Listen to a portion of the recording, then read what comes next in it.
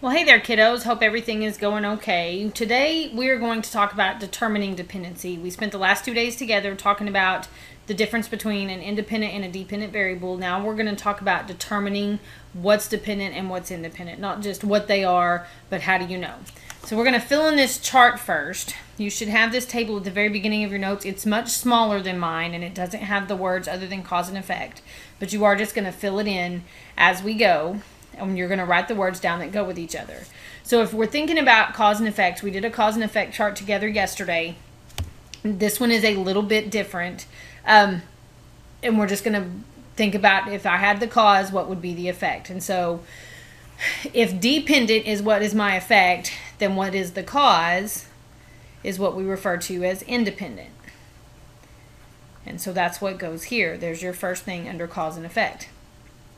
Now, if X is my cause, that means Y is my effect. And here's what's really cool. Independent is your X variable. Dependent is your Y variable. They go together.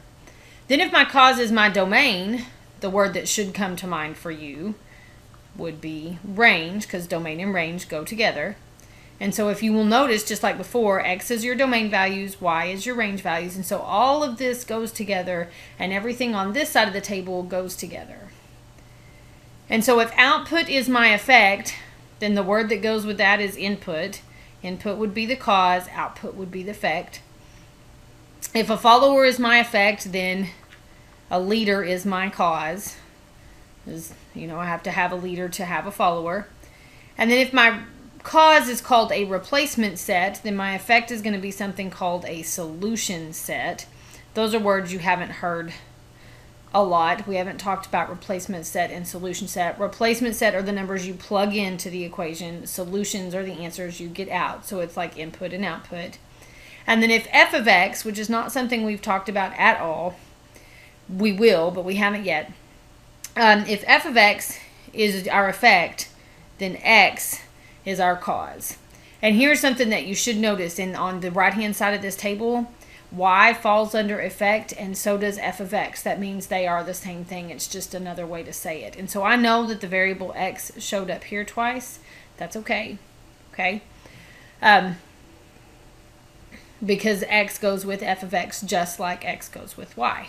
So now let's just talk about some statements. If I have some statements, I'm going to rewrite them so that they are in the form in a dependent statement, so that I can say that this depends on this. And then I'm going to identify what's independent and dependent. When you are doing these kinds of problems, you always have to ask yourself, what is the thing that I have to know in order to find out the other thing? Do not overthink these. You could overthink these problems real fast and mess yourself up. Don't overthink them. Just read it, and usually your gut instinct is right. So number one, an employee who works longer hours will receive a larger amount on her paycheck. We have two things happening in this problem. We have the number of hours and the amount on her paycheck. They go together. So here's what you need to do when you are thinking about those two things. You need to ask yourself, you need to say, self, which depends on the other? Do hours depend on the amount of her paycheck, or does the amount of her paycheck depend on the hours? If any of you have ever had a job and you have been paid by the hour, you should know that the amount of your paycheck depends on how many hours you work. And then this is true for most kids your age, because you get paid by the hour, and so the more hours you work, the more money you make. But how much money is on your paycheck totally depends on how many hours you worked. And so hopefully that's what you told yourself. If not, you overthought it and you don't need to. And so now that I have this statement, it's real easy to figure out my dependent and independent variable. The thing that depends on something else is dependent. So the amount of my paycheck is my dependent variable. My independent variable is the number of hours worked. So let's do another one.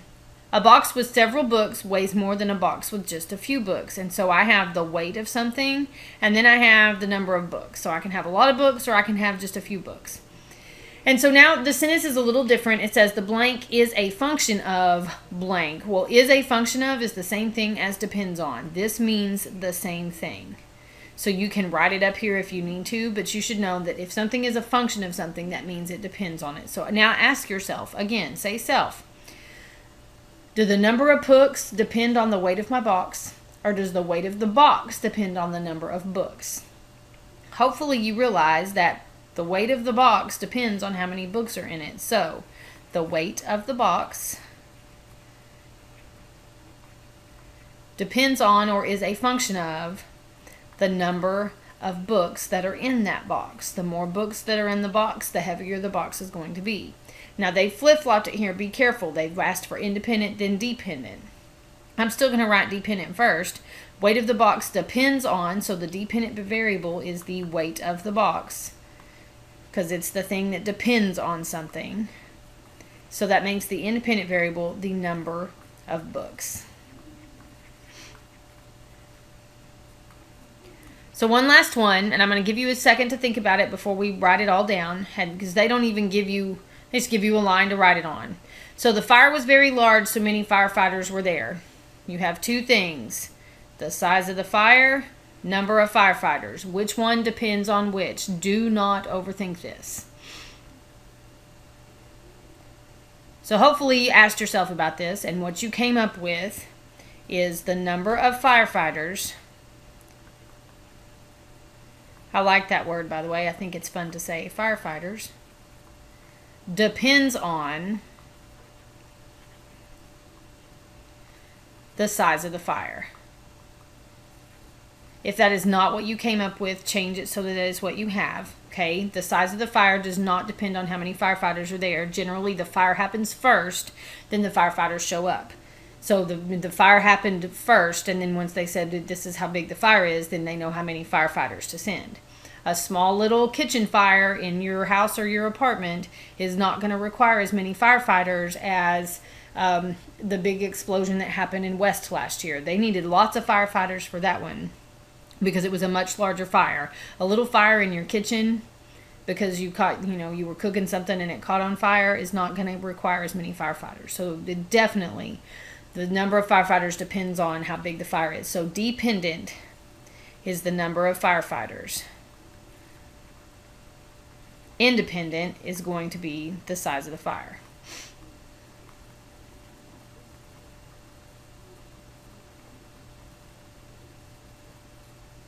So let's do a couple of more. So Connie received a statement from her bank that lists the balance in her savings account for the past 4 years. We want to come up with the independent quantity, which means independent variable in this table. So you got two things. You got the time and you got the balance. So again, you need to ask yourself, does the time the money is in the bank depend on how much money was there? Or does how much money is in the bank depend on how long it was there? If you're talking about a savings account, the balance depends on the time. And whenever you're dealing with problems that involve time in any form, if one of your units is a measure of time, months, weeks, days, years, seconds, minutes, okay, if it is a unit of time, 99% of the time is going to be the independent variable. We don't usually depend on time. Time usually depends on something else. So in this case, I think I said that backwards. Something usually depends on time. Time doesn't usually depend on other things to exist. Time is just time. So balance depends on time, which makes the balance the dependent variable. So time would be what is independent.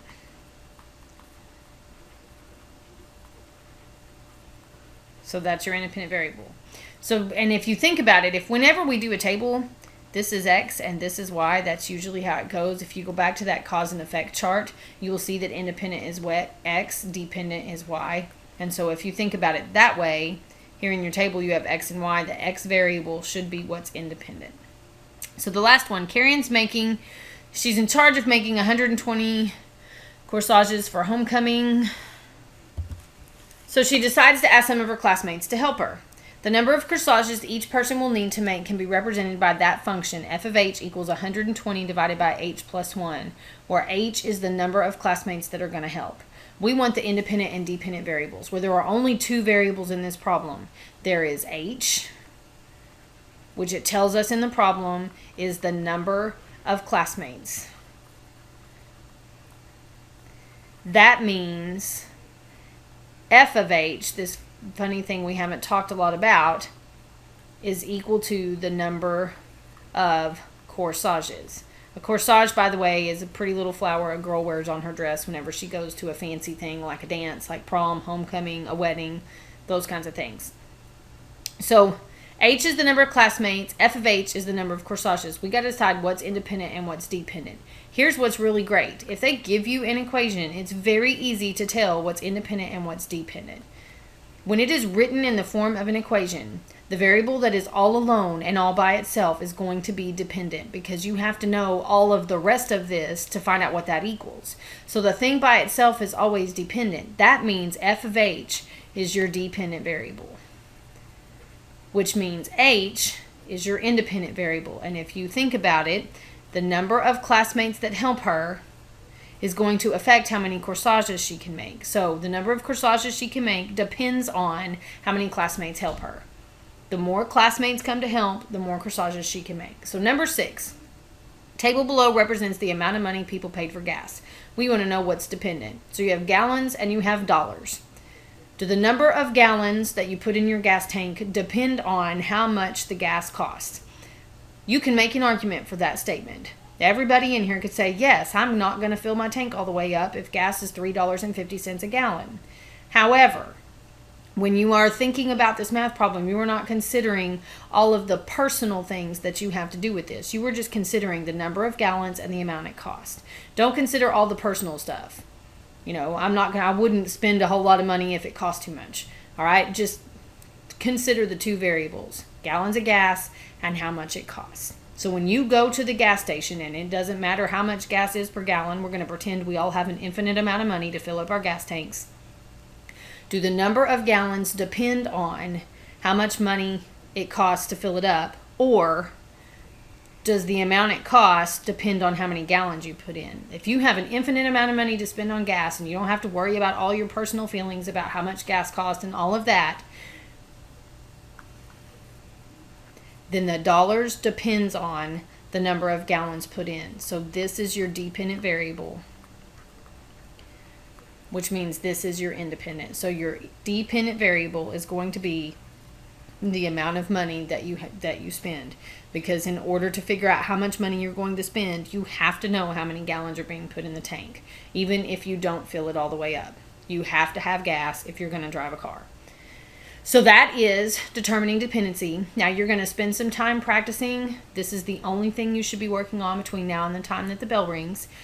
Work with a partner if you need to, and I hopefully will see you guys in a few days.